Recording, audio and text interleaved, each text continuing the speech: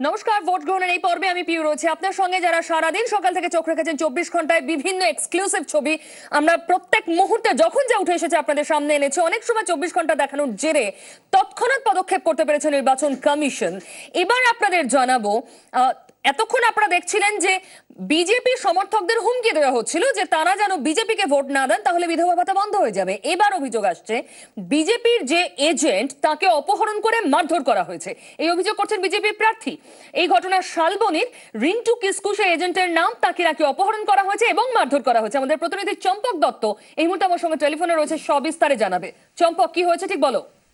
দেখো পিউ, কিছুক্ষণ আগে ঘটনা যেটা ঘটেছে 190 নম্বর বুথ মুরারি এলাকা, সেই বুথের বিজেপি প্রার্থী ধীমান কলের এজেন্ট রিন্টু কিসকু, তাকে বুথ থেকে মারধর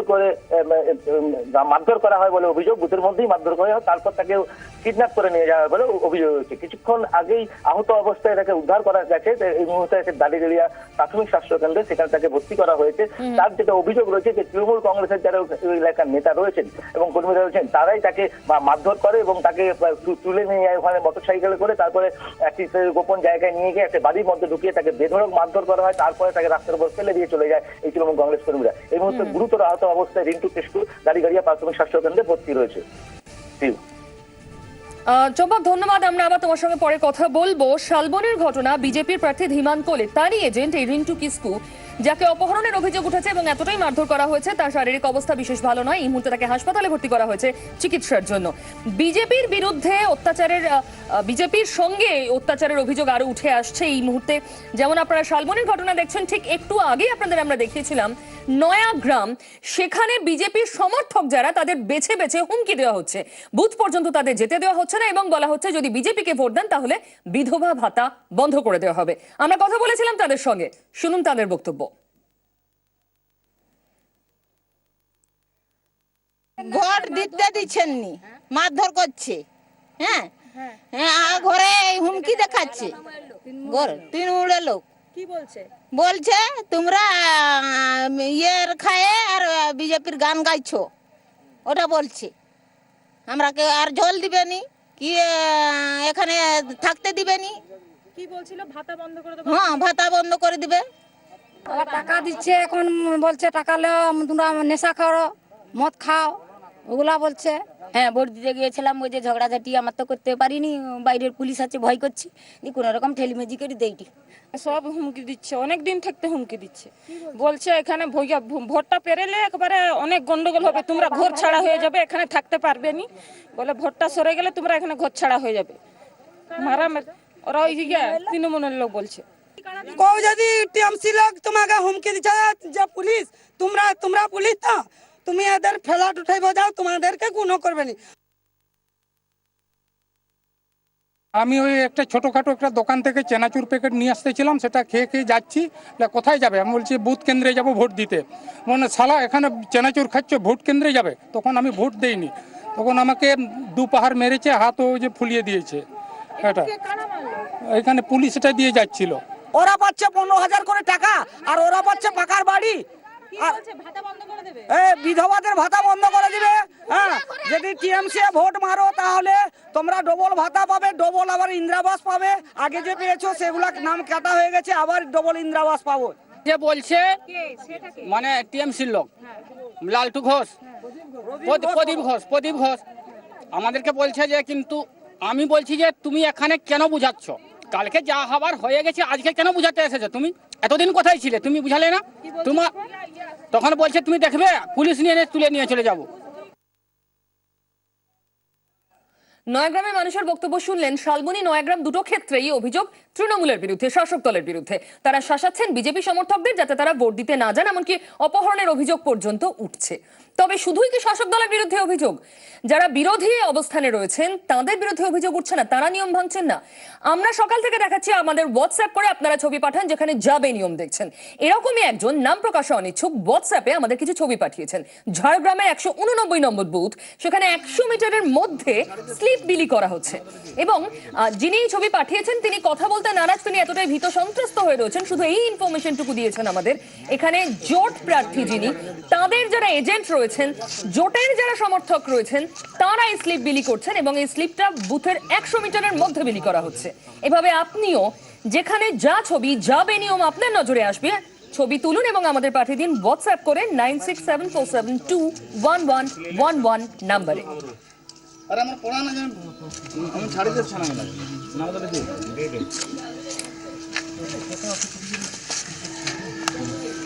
কংগ্রেসের আমরা ফ্লেক্সও দেখতে পাচ্ছি, সুব্রত ভট্টাচার্যের নাম লেখা, হাত চিহ্ন, তার নিচে বসে কাজকর্ম চলছে এবং স্লিপ বিলি করা হচ্ছে। রিজু আমার সঙ্গে এই মুহূর্তে রয়েছেন, কংগ্রেস নেতা।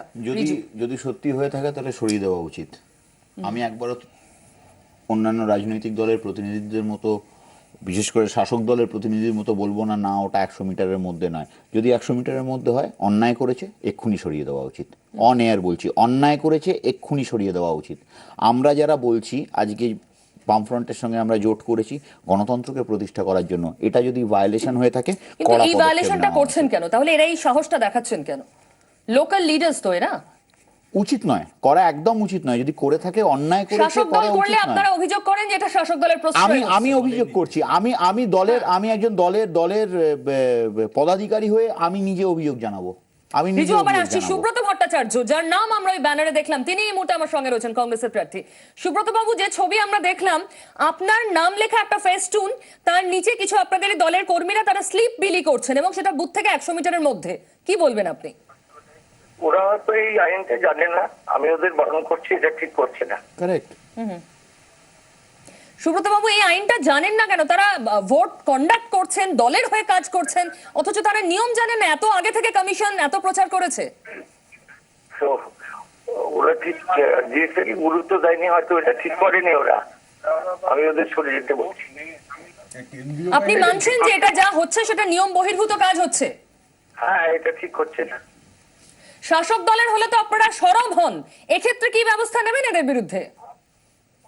ওদের বিরুদ্ধে আমি আমার দলীয় স্তরে ব্যবস্থা নেব, জানে এটা ঠিক করেনি ওরা।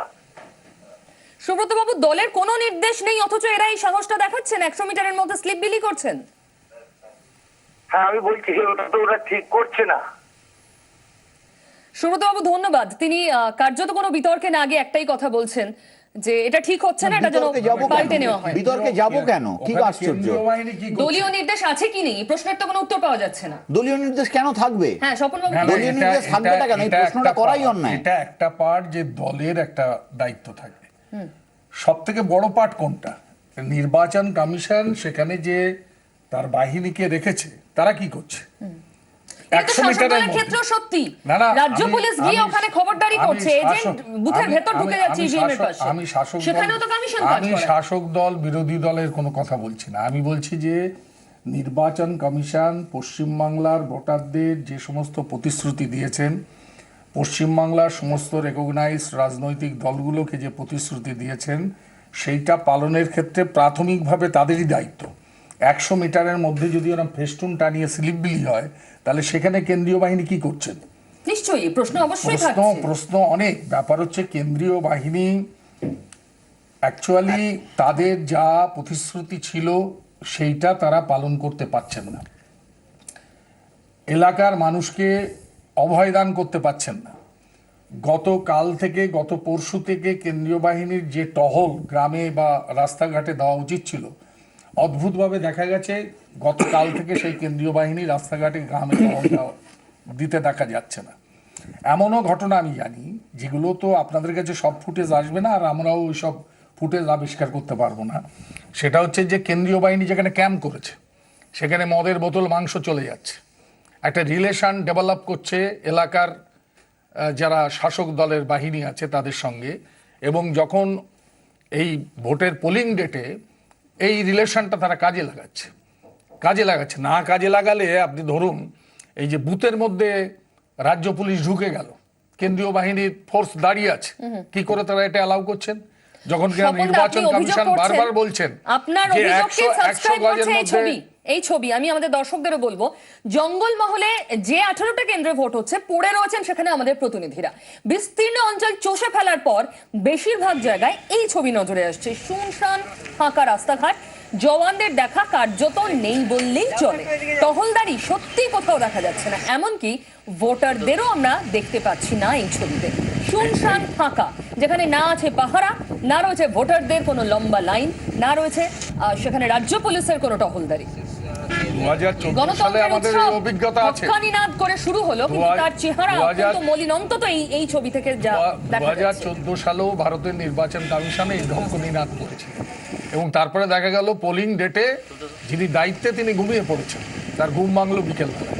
আমরা এবার বলেছিলাম এই নির্বাচন কমিশনের ফুল বেঞ্চ ওয়েস্ট বেঙ্গলে যখন আমাদের পলিটিক্যাল পার্টিকে মিট করে, গতবারের অভিজ্ঞতার কথা আমরা বলেছি এবং তারা বলেছেন আমরা জানি এবারে তা ঘটবে না। ইলেকশন শুরু হওয়ার আগের দিন পর্যন্ত, প্রথম দিনে ইলেকশন শুরু হওয়ার আগের দিন পর্যন্ত অসীম আস্থা দেখা গিয়েছিল নাজিম জাইদির ওপরে।